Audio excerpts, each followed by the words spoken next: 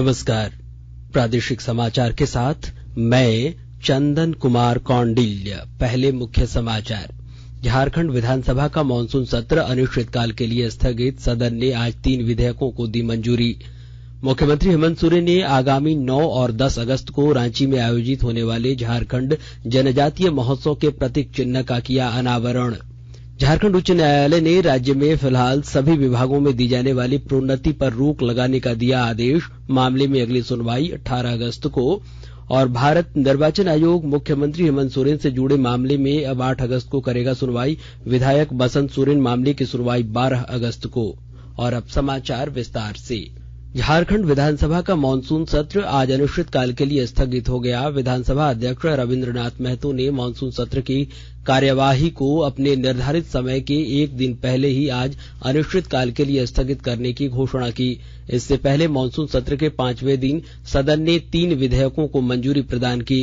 इस सत्र की कार्यवाही 5 अगस्त तक निर्धारित थी, लेकिन एक दिन पहले ही सत्र की कार्यवाही अनिश्चितकाल के लिए स्थगित कर दी गई।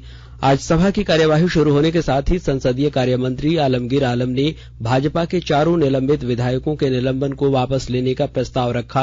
संसदीय कार्य मंत्री के प्रस्ताव पर विधानसभा अध्यक्ष रविंद्रनाथ महतो ने भाजपा के 4 विधायकों का निलंबन वापस लेने की घोषणा करते हुए कहा कि सहमति और असहमति संसदीय परंपरा का अलंकार है, परंतु विरोध का संयमित और संसदीय परंपराओं के अनुकूल होना भी अत्यंत आवश्यक है। उन्होंने 4 सदस्य भानु प्रताप शाही, ढुल्लू महतो, जयप्रकाश भाई पटेल और रणधीर कुमार सिंह के निलंबन को तत्काल प्रभाव से वापस लेने की घोषणा की। मुख्यमंत्री हेमंत सोरेन ने 9 और 10 अगस्त को रांची में होने वाले झारखंड जनजातीय महोत्सव के प्रतीक चिन्ह का आज रांची में अनावरण किया। इस महोत्सव में झारखंड की समृद्ध जनजातीय जीवन दर्शन की झलकियों से देशवासी रूबरू होंगे। इस मौके पर मुख्यमंत्री ने कहा कि जनजातीय समुदाय के उत्थान के लिए राज्य सरकार निरंतर प्रयासरत है। ऐसे कार्यक्रमों को आने वाले समय में भी राज्य सरकार और मजबूती प्रदान करेगी। रांची के मोरहाबादी मैदान में आयोजित इस समारोह में नॉर्थ ईस्ट के कलाकार भाग लेंगे। जनजातीय कलाकारों की अद्भुत और अविस्मरणीय कला के प्रदर्शन को लेकर राज्य सरकार की ओर से तैयारियों को अंतिम रूप दिया जा रहा है। इस समारोह में जनजातीय इतिहास, साहित्य, मानव शास्त्र समेत अन्य विषयों पर संगोष्ठी, कला एवं संगीत, परिधान, फैशन शो, खान पान और सांस्कृतिक कार्यक्रम आयोजित होंगे। कार्यक्रम में झारखंड, छत्तीसगढ़, ओडिशा, मिजोरम समेत अन्य जनजातीय बहुल राज्य के कलाकारों के भाग लेने के लिए अनुसूचित जनजाति, अनुसूचित जाति एवं पिछड़ा वर्ग कल्याण विभाग द्वारा आमंत्रित किया गया है। सूचना और प्रसारण मंत्री अनुराग सिंह ठाकुर ने कहा है कि सरकार के पास फर्जी खबरों के मुद्दे से निपटने के लिए वैधानिक और संस्थागत तंत्र है। आज राज्यसभा में एक लिखित उत्तर में उन्होंने बताया कि प्रिंट मीडिया के लिए प्रेस परिषद अधिनियम 1978 के अंतर्गत स्थापित एक वैधानिक स्वायत्त निकाय भारतीय प्रेस परिषद ने मीडिया के पालन के लिए पत्रकारिता आचरण के मानदंड तैयार किए हैं। श्री अनुराग ठाकुर ने कहा कि ये मानदंड अन्य बातों के साथ साथ सटीकता, निष्पक्षता और प्रकाशन पूर्व सत्यापन के सिद्धांतों पर जोर देते हैं।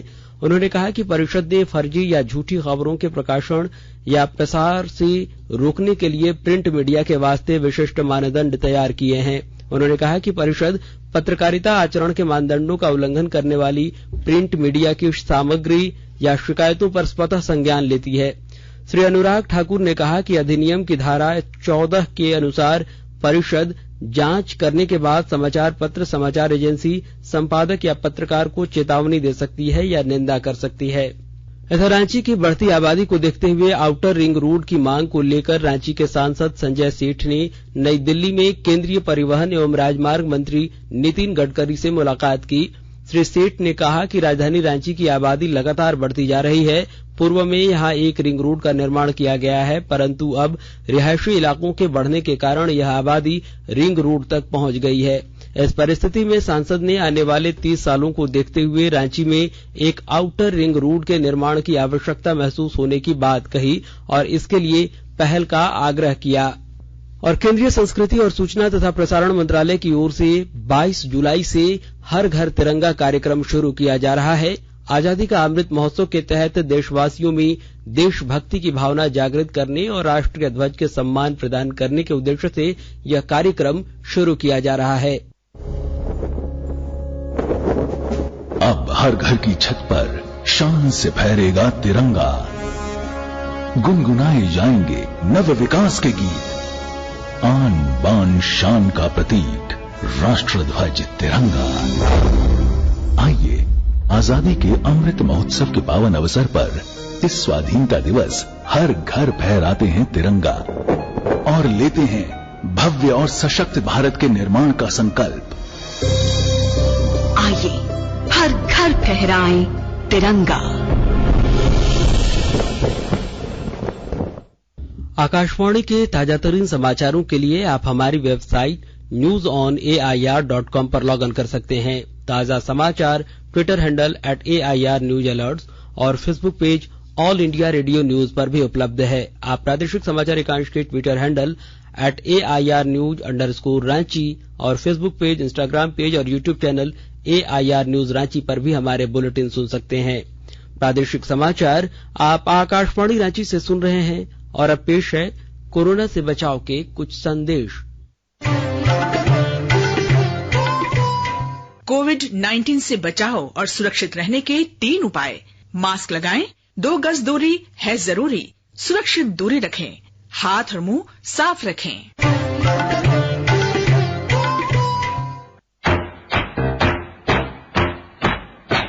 चलो मिलकर एक शुरुआत करें, चलो एक फैसला आज करें, मास्क नहीं तो टोकेंगे, कोरोना को रोकेंगे, चलो एक वादा करते हैं, चलो कुछ वादा करते हैं, मास्क नहीं तो टोकेंगे, कोरोना को रोकेंगे।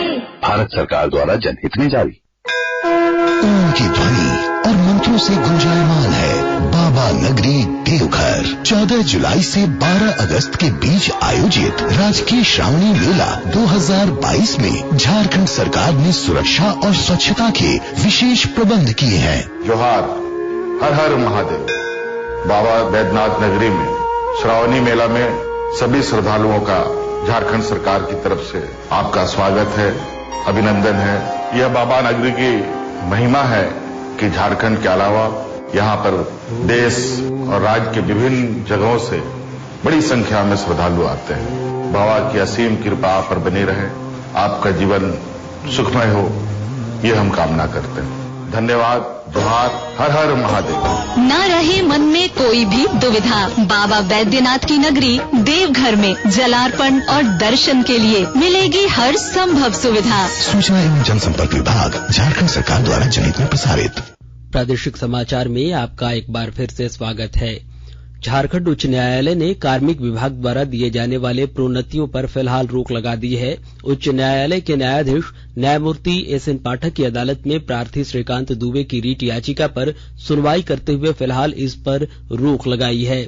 उच्च न्यायालय में प्रार्थी श्रीकांत दुबे ने याचिका दाखिल करते हुए पुलिस महानिदेशक द्वारा 22 जून 2022 के उस आदेश को चुनौती दी गई जिसमें सामान्य कोटि में ST/SC कैडर को प्रोन्नति देने की बात कही गई है। अदालत में राज्य सरकार की ओर से अधिवक्ता गौरव कुमार ने दलीलें पेश की, वहीं प्रार्थी की ओर से अधिवक्ता दिवाकर उपाध्याय मौजूद रहे। मौके पर दोनों पक्षों की दलीलें सुनने के बाद अदालत ने फिलहाल प्रोन्नति देने पर रोक लगा दिया है। मामले में अगली सुनवाई की तिथि 18 अगस्त मुकर्रर की गई है। गौरतलब है कि वर्ष 2020 में सरकार ने प्रमोशन पर रोक का आदेश जारी किया था। इसके बाद जनवरी 2022 में हाई कोर्ट ने आदेश दिया कि प्रमोशन पर लगी रोक हटाई जाए। इधर प्रधान न्यायाधीश NV रमन्ना ने उच्चतम न्यायालय में न्यायाधीश न्यायमूर्ति उदय उमेश ललित को उनके स्थान पर प्रधान न्यायाधीश बनने की सिफारिश की है। उन्होंने विधि और न्याय मंत्री किरेन रिजिजू को अपनी सिफारिश भेज दी है। न्यायमूर्ति श्री रमन्ना इसी महीने सेवानिवृत्त हो रहे हैं। और झारखंड हाईकोर्ट के अधिवक्ता राजीव कुमार को कोलकाता पुलिस ने बीते 31 जुलाई को गिरफ्तार कर लिया था। उनके खिलाफ कोलकाता के एक थाने में शिकायत दर्ज की गई थी। इस मामले की जांच के लिए कोलकाता पुलिस आज अधिवक्ता राजीव कुमार के अरगोड़ा थाना क्षेत्र के गौरी शंकर नगर स्थित घर पर पहुंची और जांच कर रही है। आजसू पार्टी के अध्यक्ष सुदेश महतो ने कहा है कि उप राष्ट्रपति पद के चुनाव में पार्टी की ओर से एनडीए उम्मीदवार को समर्थन दिया जाएगा। गौरतलब है कि विपक्ष की ओर से पूर्व केंद्रीय मंत्री मार्गरेट आल्वा को उपराष्ट्रपति चुनाव में उम्मीदवार बनाया गया है, जबकि भाजपा नेतृत्व वाले एनडीए ने बंगाल के राज्यपाल रहे जगदीप धनखड़ को उपराष्ट्रपति चुनाव के लिए उम्मीदवार घोषित किया है। और भारत निर्वाचन आयोग मुख्यमंत्री हेमंत सोरेन से जुड़े मामले में अब 8 अगस्त को सुनवाई करेगा। आयोग की ओर से आज जारी किए गए आदेश पत्र में इस आशय की जानकारी दी गई है। इससे पहले आयोग ने माइनिंग लीज से जुड़े मामले की सुनवाई के लिए 5 अगस्त को सुनवाई की तिथि निर्धारित की थी। वहीं झारखंड मुक्ति मोर्चा विधायक बसंत सोरेन से जुड़े मामले की सुनवाई 12 अगस्त को निर्धारित की गई है।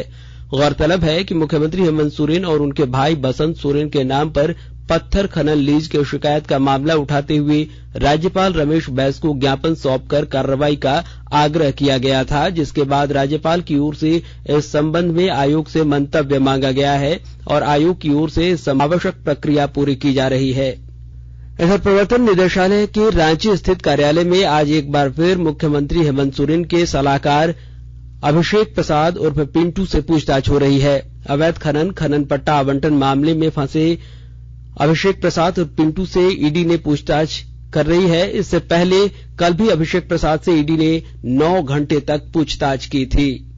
लोहरदगा जिले में महिलाओं द्वारा हर घर तिरंगा कार्यक्रम के लिए तिरंगा झंडा का निर्माण किया जा रहा है। यहाँ 40,000 तिरंगा झंडा का निर्माण किया जा रहा है।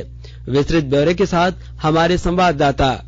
लोहरदगा जिला में महिलाओं के द्वारा हर घर तिरंगा कार्यक्रम के लिए तिरंगा झंडा का निर्माण किया जा रहा है। लोहरदगा जिला में कुल 40,000 तिरंगा झंडा का निर्माण महिलाओं के द्वारा किया जा रहा है। JSLPS की उत्पादक समूह सक्षम महिला उत्पादक समूह द्वारा झंडा का निर्माण किया जा रहा है, जिसे 7 अगस्त तक पूरा करना है। इस काम में लगी महिलाओं में जबरदस्त उत्साह देखने को मिल रहा है। झंडा निर्माण कर रही महिलाओं का कहना है कि उन्हें इस बात का गर्व है कि वे तिरंगा झंडा का निर्माण कर रही हैं। ये एक ऐतिहासिक महत्व का काम है और हर घर में उनका बनाया तिरंगा झंडा जब फहराएगा तब उन्हें अपार प्रसन्नता होगी। महिलाओं ने बताया कि इसके लिए पहले वे कभी झंडा नहीं बनाई थी, लेकिन अचानक उन्हें बताया गया कि उन्हें एक निर्धारित समय के अंदर 40,000 तिरंगा झंडा का निर्माण करना है, तो उन लोगों को काफी खुशी हुई। दिन रात काम करके इसका निर्माण किया जा रहा है। गोपी कृष्ण कुंवर, आकाशवाणी समाचार, लोहरदगा।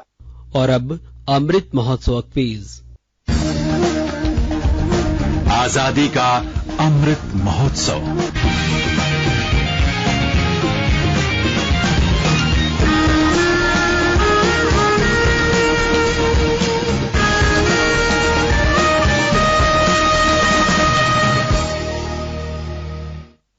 देश के 75वें स्वाधीनता दिवस समारोह के उपलक्ष्य में आजादी का अमृत महोत्सव के अंतर्गत प्रादेशिक समाचार एकांश आकाशवाणी रांची द्वारा स्वाधीनता संग्राम और उसके गौरवशाली इतिहास पर 18 अगस्त से साप्ताहिक अमृत महोत्सव क्विज का शुभारंभ किया गया है। यह क्विज प्रत्येक बुधवार को शाम 7 बजे प्रसारित होने वाले प्रादेशिक समाचार में शामिल किया जा रहा है। अमृत महोत्सव क्विज में आकाशवाणी समाचार रांची के साथ सेंट्रल कोलफील्ड्स लिमिटेड और मिशन ब्लू फाउंडेशन सहयोगी के रूप में शामिल हैं। 3 अगस्त यानी कल के क्विज में हमारा प्रश्न था, संथाल परगना बंदोबस्त नियम कब लागू हुआ था? और इसका सही जवाब है 1872 में। इस प्रश्न का सही जवाब भेजने वालों में से आज के लकी विजेता हैं ग्राम तिलिया बांध टोला, पोस्ट सुआ, जिला पलामू के अल्ताफ अंसारी। अल्ताफ जी, आपको बहुत बहुत धन्यवाद। आपको आपका ई प्रमाण पत्र और पुरस्कार जल्द ही भेजा जाएगा। और अब संक्षिप्त खबरें।